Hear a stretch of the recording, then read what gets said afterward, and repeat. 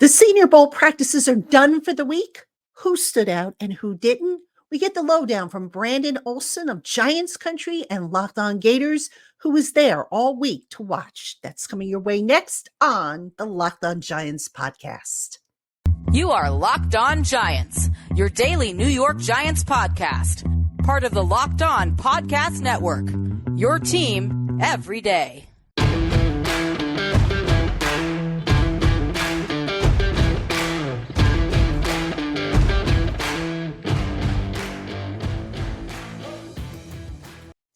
This episode of the Locked On Giants podcast is brought to you by LinkedIn Jobs. LinkedIn Jobs helps you find the qualified candidates you want to talk to faster. Post your job for free at linkedin.com/lockedonnfl. That's linkedin.com/lockedonnfl to post your job for free. Terms and conditions apply. Hello, New York Giant fans, and welcome to another edition of the Locked On Giants podcast, part of the Locked On podcast family, your team every day. My name is Patricia Traina, P-Train. I am a credentialed member of the New York Giants media for Locked On, and of course, for Giants Country, part of the Fan Nation Network. And I want to send a big hello to my everydayers, my Blue Crew community members, my newcomers, and everybody in between. Y'all appreciated and loved by yours truly. So don't forget to subscribe to our YouTube channel. Click that little bell for notifications anytime I post a new video, and like this video. And, I mentioned Giants Country, and I'm here to welcome in Brandon Olsen, who writes for me over on Giants Country. He's also the host of Locked On Gators, so he does it all. And he's actually been on the ground this week at the Senior Bowl, and he's going to tell us everything he's learned down at the Senior Bowl. So let's welcome in Brandon Olsen. Yeah, I am as red as the Giants logo. All good. Everybody's here for the info anyway. And besides, it matches my shirt, so we're color coordinated. There we go. We're twinning. There we go.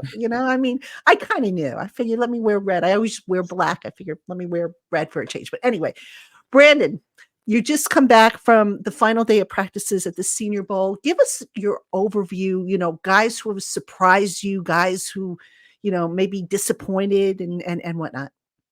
Yeah, for me, I think the most underwhelming thing for the most part was the quarterback play at the Senior Bowl. It wasn't a great group to begin with, in my opinion, at least. I understand there's Bo Nix and Michael Penix Jr., and it's the names that you kind of expect, but they just weren't very impressive for me. Bo Nix kept throwing flat-footed, and he's not the kind of guy that has an arm that can throw like that and get away with it in actual games. He wasn't even getting away with it in one-on-ones, which also, to their fairness, this is their first time playing with most of these guys. They don't have that kind of chemistry. So I get it. But yeah, the quarterback play for me was pretty underwhelming. Receivers and DBs, I think this year was the best I've ever seen in the 5 years that I've been coming to the Senior Bowl now.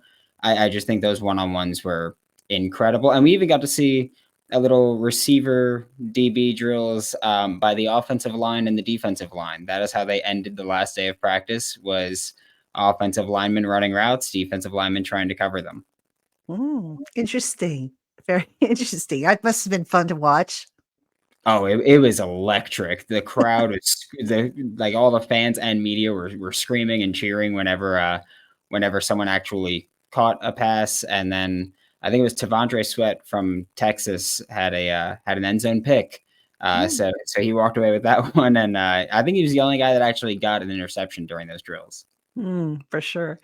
Now, obviously, the news about the quarterbacks, maybe not what Giant fans want to hear, especially since a lot of people do believe the Giants are going to take a quarterback in this class. But you know what? Let's look at some of the other positions of need. Wide receiver, you mentioned that was an impressive group. Who stood out to you?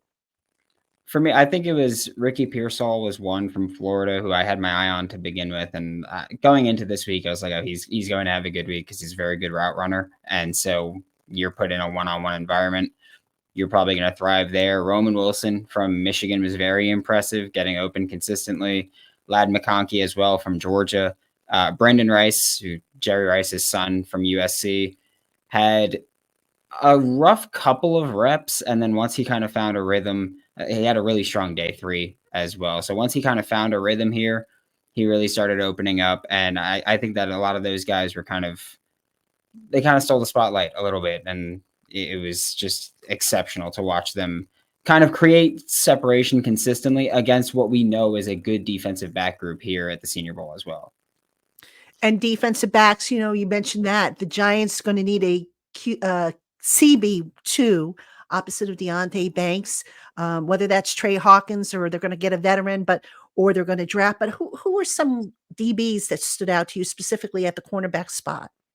I think Toledo's Quinion Mitchell was the one that really popped off immediately. He opened day one going up against Ricky Pearsall, so it was kind of like the two guys who were heartthrobs this week in Mobile, and he won that rep handedly. Quinion did. You look at Shaw Smith-Wade from Washington State, had a great day two, made a very athletic interception in the end zone. You look at Rutgers, Max Melton had a strong week, the entire week really. I feel like he wasn't talked about enough, but he had a very strong week, especially just stepping into this environment where it's not friendly for defensive backs. When you're in these one-on-ones, you're at the disadvantage easily. So for me, I think that those three guys really popped off at corner this week and made themselves quite a bit of money. In terms of the edge rushers, which is also another position the Giants desperately need, anybody pop out at you there? I thought Adisa Isaac had a great game or a great week. Darius Robinson from Missouri for me was probably the biggest winner, where I feel like you can kind of group him in as defensive line or edge, because I think he's the kind of guy who can play both spots. He can play hand up, he can play hand in the dirt. So I think positional versatility for him as well is big. And he just had a great week with a great season in 2023 as well. He's someone who I think he's been in college for 5 years now and kind of really had a breakout in 2023, not just, oh, he's older than everybody and is overpowering them, but technical refinement was a big, clear point of emphasis for him going from 2022 to 2023 at Missouri. And then, I mean, at the Senior Bowl, he just continued working there, and it was an exceptional week for him. And then, of course, I've got to ask you about offensive line, because that's another position the Giants could use some help at. Anybody in particular, especially in the interior, maybe at tackle, some they're going to need a swing tackle, I would think. Who knows what's going to happen with Evan Neal? So who popped out at you there? I thought Tyler Guyton for me was probably the most exciting offensive tackle this week from Oklahoma. 6'7", he's just a mountain of a man, and he had a great week. And it's another one of those times where you look at offensive tackle or offensive line one-on-ones, really, it's similar to being a cornerback, where it's not built for you to succeed. It's built for you to struggle. And for me, I think that Tyler Guyton had a fantastic week. We also know that there was a little bit of overlap there between the Giants coaching staff and the Oklahoma coaching staff. Bill Bedenbaugh, the Oklahoma offensive line coach, widely considered one of the best in the entire country. And we saw a little bit of overlap with the Giants coaching staff talking to him. I think Tyler Guyton there was that. And Christian Haynes from UConn was a killer this week on the interior. He also frustrated an LSU player and led to the LSU player ripping his helmet off. And Christian Haynes had one of the, I want to say, a great trash talking moment that you don't usually get, where Christian Haynes was like, hey, if you're scared, go to church. Like, this isn't the place for you then. And so he really stepped up. And Jackson Powers Johnson, the center from Oregon, isn't someone that I would think the Giants are really going to be looking at, nor will he be in his range. But I think that he just had a fantastic week on the interior. So yeah, not a Giants prospect, but probably the best offensive lineman this week. Hey, Giant fans, are you the kind of driver that likes to push things a little further? Ever wonder what adventure could be around the next corner? Well, our friends at Nissan have a lineup of SUVs with the capabilities to take your adventure to the next level. The 2024 Nissan Rogue is perfect for city drives and great escapes. Class exclusive Google comes built in and is always updating for you to call on for almost anything. And gone are the days of connecting your phone. Google Assist, Google Maps, and Google Play Store are built right into the 12.3-inch HD touchscreen infotainment system. In short, the 2024 Rogue is the perfect mid-side crossover for your next adventure. Nissan's incredible lineup also includes the 2024 Nissan Pathfinder, which has room for up to 8, an expansive cargo capacity, and advanced available 4x4 capability. With 284 horsepower and up to 6,000 pounds towing, when adventure calls, the Pathfinder is there to answer. Take the Nissan Rogue, the Nissan Pathfinder, or any of their SUVs and go to your next adventure. Shop nissanusa.com. Locked On has launched the first ever national sports 24/7 streaming channel on YouTube. Locked On Sports Today is here for you all day, every day, covering the top sports stories of the day with the local experts of Locked On, plus our national shows covering every league. Go to Locked On Sports Today on YouTube and subscribe to the first ever national sports 24/7 streaming channel. Now, speaking of, the Giants, one of the benefits of being boots on the ground at the Senior Bowl is you can observe, like, the general manager, the coaches, who goes and talks to who. Do you have anything you can pass along as far as what you saw Joe Shane talking to a player or Brian Dable or any of the particular coaches outside of those, of course, who were actually coaching their position groups? Yeah, I was going to say, I think that Joe Shane and Brian Dable, for most of what I saw them doing, were just off to the side. Anybody that was front office and coaching staff were off to the side. Carmen Brasillo, the Giants offensive line coach now, was the one that I saw talking to Bill Bedenbaugh with Oklahoma, and Oklahoma had 2 offensive linemen here, both tackles. And I think that that's a pretty solid connection there, where I'm not sure about Tyler Guyton if he's going to be in range or what that may be. That'll probably be dependent on his combine testing and his interviews. But he's a high ceiling player.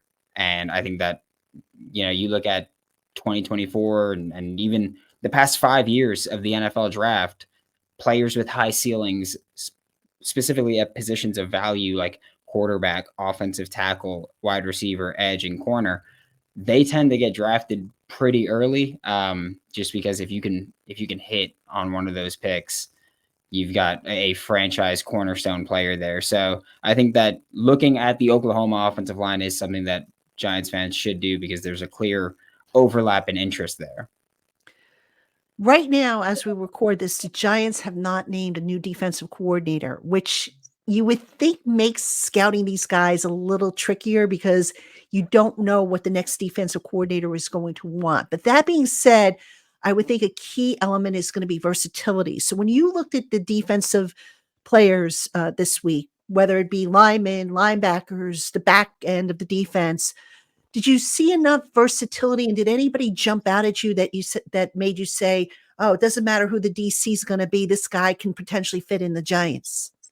Yeah, I think you look at Darius Robinson, like I mentioned, from Missouri earlier, but I think just to not have that repeat, Javon Bullard from Georgia, I think that he's someone he's a safety primarily, but I think you could slide him in the nickel at any time and find some success there. I think he's very versatile. And if you can play in that Georgia defense, first off, it's hard to get playing time there. So if you're a starter, congratulations, you're a really good football player.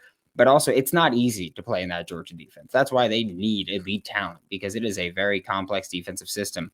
So Javon Bullard, we know he's got the IQ. We know he's a heck of a football player. And I think that he had a great week as well. I thought he really shined when coming downhill.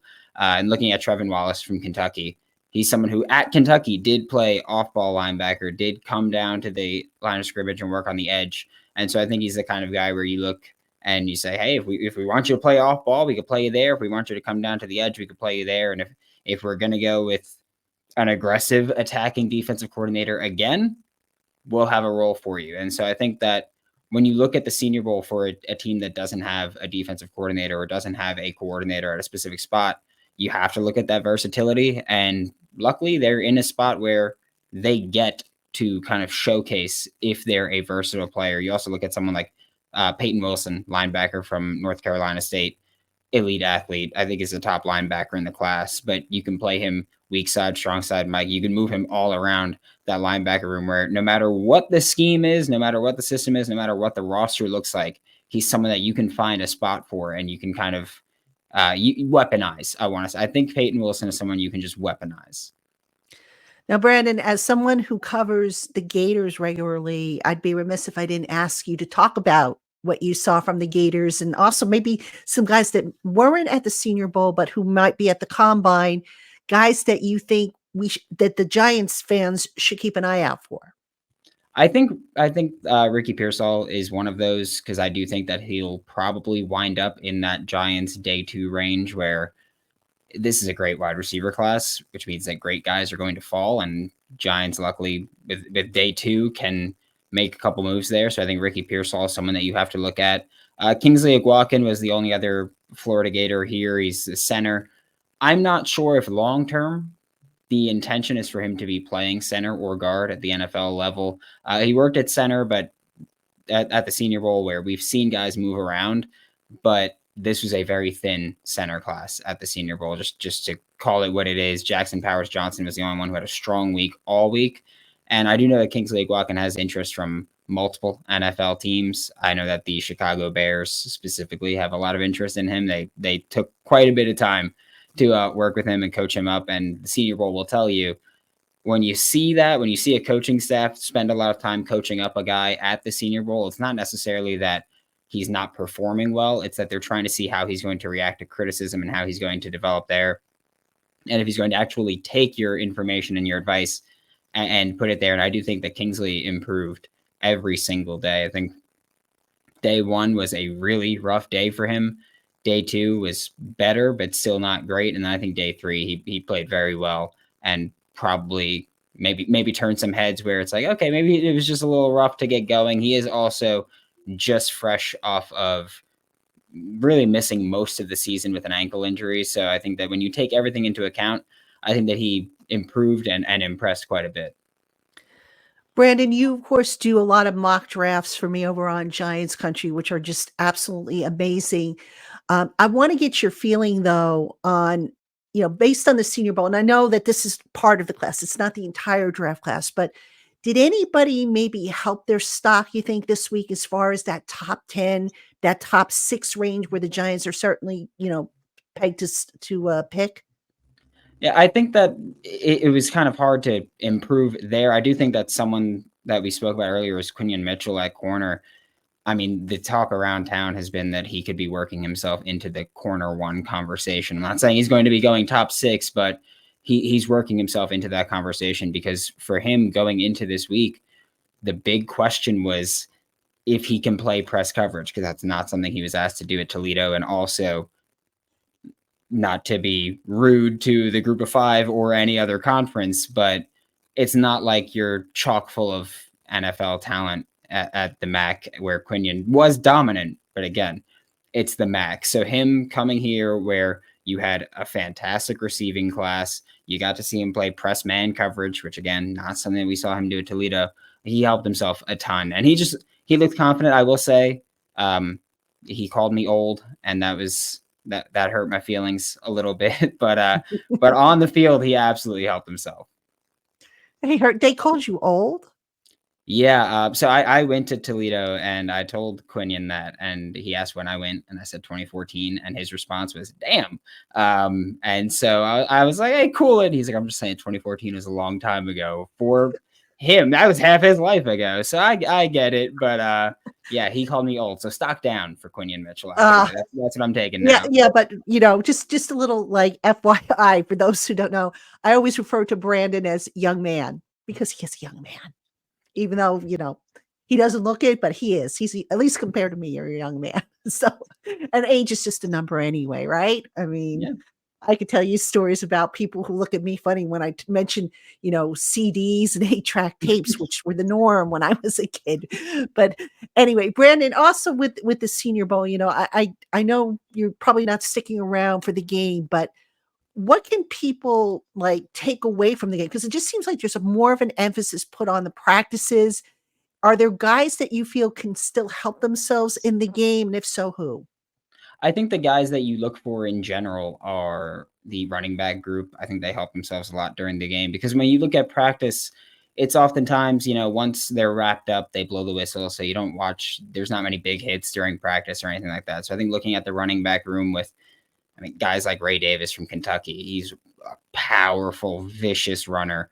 And I think that he's someone who during a bowl game experience can really impress and improve there. And I think looking at linebackers as well in the same extent, in the same regard, because you don't get to see linebackers really wrap up and try to take you down there because they know, hey, once I wrap this guy up, once I get one arm around him, they're going to blow the whistle in practice. And in the game, it's a full football game, so you're watching people crack and go at it for the entire for the entire day. So I think that looking at running backs and linebackers are the guys that can help themselves most during the actual Senior Bowl, because in practice, sure, it's receivers, it's corners, they're going in one-on-ones, it's trench work, but in game, it's the running backs and linebackers that kind of make it go round.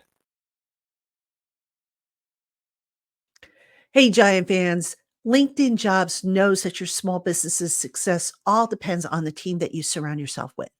That's why LinkedIn Jobs has created the tools to help you find the right professionals for your team faster and for free. LinkedIn isn't just another job board. They have a vast network of more than 1 billion professionals, which makes it the best place to hire. It's so easy, in fact, that 86% of small businesses get a qualified candidate within 24 hours of posting a job. It's why small businesses rate LinkedIn Jobs number one in delivering quality hires versus leading competitors. So don't spend time sorting through endless resumes and dead end leads in your search for the right candidates. Put LinkedIn Jobs to work for you today for free by visiting linkedin.com/lockedonnfl. Terms and conditions apply. Hey, Giant fans. So I've got a confession to make. There are some days when I just get so incredibly busy that I just don't have time to cook or run out to a local eatery for a takeout. Thanks to DoorDash, I don't have to. DoorDash brings me everything I want, whether it's from a local eatery or a national chain. I've even used DoorDash to get incidentals delivered from pharmacies and local convenience stores. And when I'm really in a pinch, even groceries. DoorDash is fast, easy, and convenient. Just download their app, find the establishment from which you want to order, and select the menu options. You'll get what you ordered, or they'll make it right. And right now, new customers can get 50% off up to a $10 value on their first order of $15 or more when they download the app and enter the promo code LOCKED23. Give DoorDash a try today and see just how easy it is to get what you want when you want it. That promo code again for 50% off up to $10 on any order of $15 or more is LOCKED23. Offer subject to change. Terms apply. Based on the Giants' needs, and I think they're pretty well documented, you when you weigh, the draft class versus free agency, what areas within the draft class would you say are probably not as strong and maybe the Giants would be better served going the free agent route to fill some of these needs? As much as I hate to say it, I think tight end is one of those spots where it's not necessarily a big need for the Giants, but it is something that you can improve and upgrade as far as pass catchers go, and just durability hasn't been a thing that they've had there, and you've got to get depth there. So I think day 3 is a fantastic time for the Giants to look at tight end. There's pretty much every tight end that was here this week played pretty well and made themselves some money. Look at Theo Johnson, you look at Ben Sinnott, you look at Brevin Spanford, who I wrote about yesterday, where he kind of clocked in with a decent miles per hour, and we know he's a good blocker playing at Minnesota. So I think that that's one of the spots that you kind of look at and you can add. And then also on the interior defensive line, you can kind of find some guys there that can play multiple roles, which again, for the time being, you don't know who the defensive coordinator is. You don't know what they're going to try to do fully, but you know that you could always beef up the interior, especially just add some youth to the room, and try to develop and try to have someone that can be another premier pass rusher for this team, because Dexter Lawrence has been a fantastic pass rusher, but you don't typically want to rely on your nose tackle to be the guy that's generating your pass rush more than anything else. Brandon, speaking of the Giants and staying on that topic for a moment, if you were to, excuse me, if you were to stack up the needs in terms of priority that they have to accomplish, whether it be the draft or free agency, give me your top 3.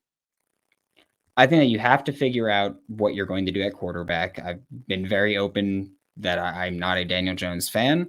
I think that the contract was the salary that he's getting paid is too high, but also you did a good job by making it so that you can get out of it after year two, after this coming season.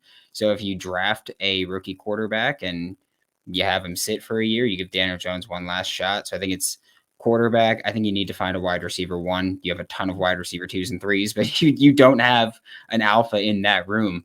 And corner is someone that it's definitely a position. I think Trey Hawkins outperformed his draft status, but I don't think that he's a high ranking or an above average NFL starter quality corner. So I think you need to address those three spots, premium positions where you're lacking right now. Now, rank for me, if you will, based on what you've seen so far, the strength of each position in the draft. Where are the positions where maybe if you're the Giants, okay, well, we need a wide receiver one, but maybe we can wait to the second round. If that exists, that is. Oh, it's receiver for sure. I think that that's going to be a thing every year now, where it's just everyone wants to play receiver. All the great athletes line up there, and they get to do that. And so I think for me, it's receiver is probably the deepest spot in the draft where you can get a quality play. I mean, look at Puka Nacua this year, set records, and he was a late day 3 pick. So I think that you can kind of find that at receiver. And I think that when you look at quarterback and corner, that's not something that you can do. I think you have to go for those spots very early. And so I think that when you look at the first round, it's probably going to be one of those other premium positions that's not receiver, just because when you have such deep receiver classes, you kind of have the luxury of waiting a little bit and taking them, especially when you have multiple day 2 picks to use at your disposal. I know not all the quarterbacks were there or took part in it, but are you concerned about, you mentioned at the start of the program that the quarterback play was underwhelming. Are you concerned? Did they maybe lose a little bit of their, their shine, or is it just something that, just happened? I think it's something that just happens because, again, you look at what this offense looks like in Senior Bowl practices, and you're not running a full offense. You're running something where you go, hey, we have 3 days to install these things and then play a game on Saturday. So I think quarterbacks kind of just get the benefit of the doubt this week. Like I don't think that anybody's going undrafted or tumbling unless they tank interviews, which I have no knowledge of. So I think that quarterback play this week was poor, but it's also just really hard to improve there, especially when you also look at who was here and who wasn't. The top 3 quarterbacks to get talked about, Caleb Williams, Drake May, and Jaden Daniels, not at the Senior Bowl. So it's not like you're looking at someone, I hope nobody here is a consideration at pick 6. So I'm hoping that that's not the case, but I think that they kind of just get the benefit of it. They get a mulligan for the Senior Bowl.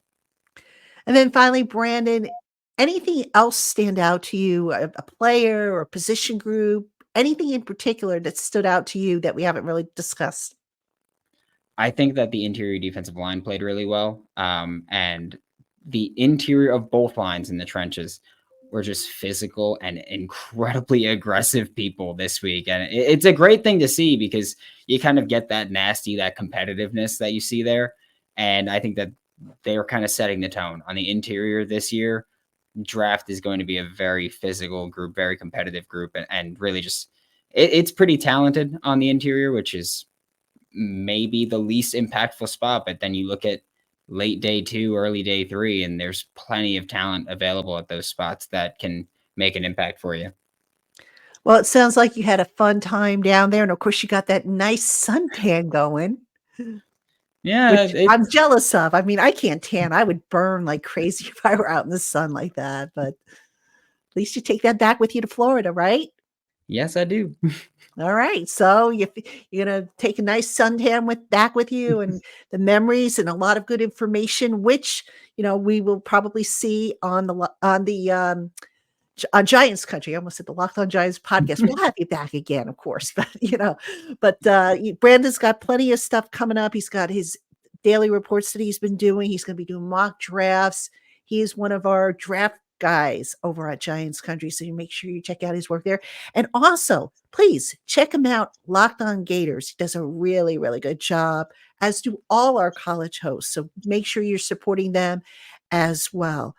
That's going to do it for today's show. Don't forget, tonight, Giant fans, we're going to do Locked On Giants Live. It's going to be Trina, Tana, and Dog, 8 o'clock. We're going to go for a couple of hours, and we're going to try and figure out how we're going to rebuild this Giants team. That's right. Joe Sheen, if you're watching, we're going to try and figure it out for you.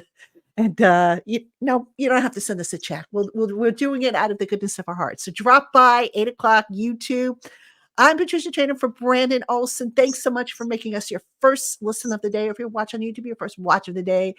For those of you we see tonight, we'll see you tonight. Those of you who don't tune in tonight, we will see you on Monday with an all-new Locked On Giants podcast.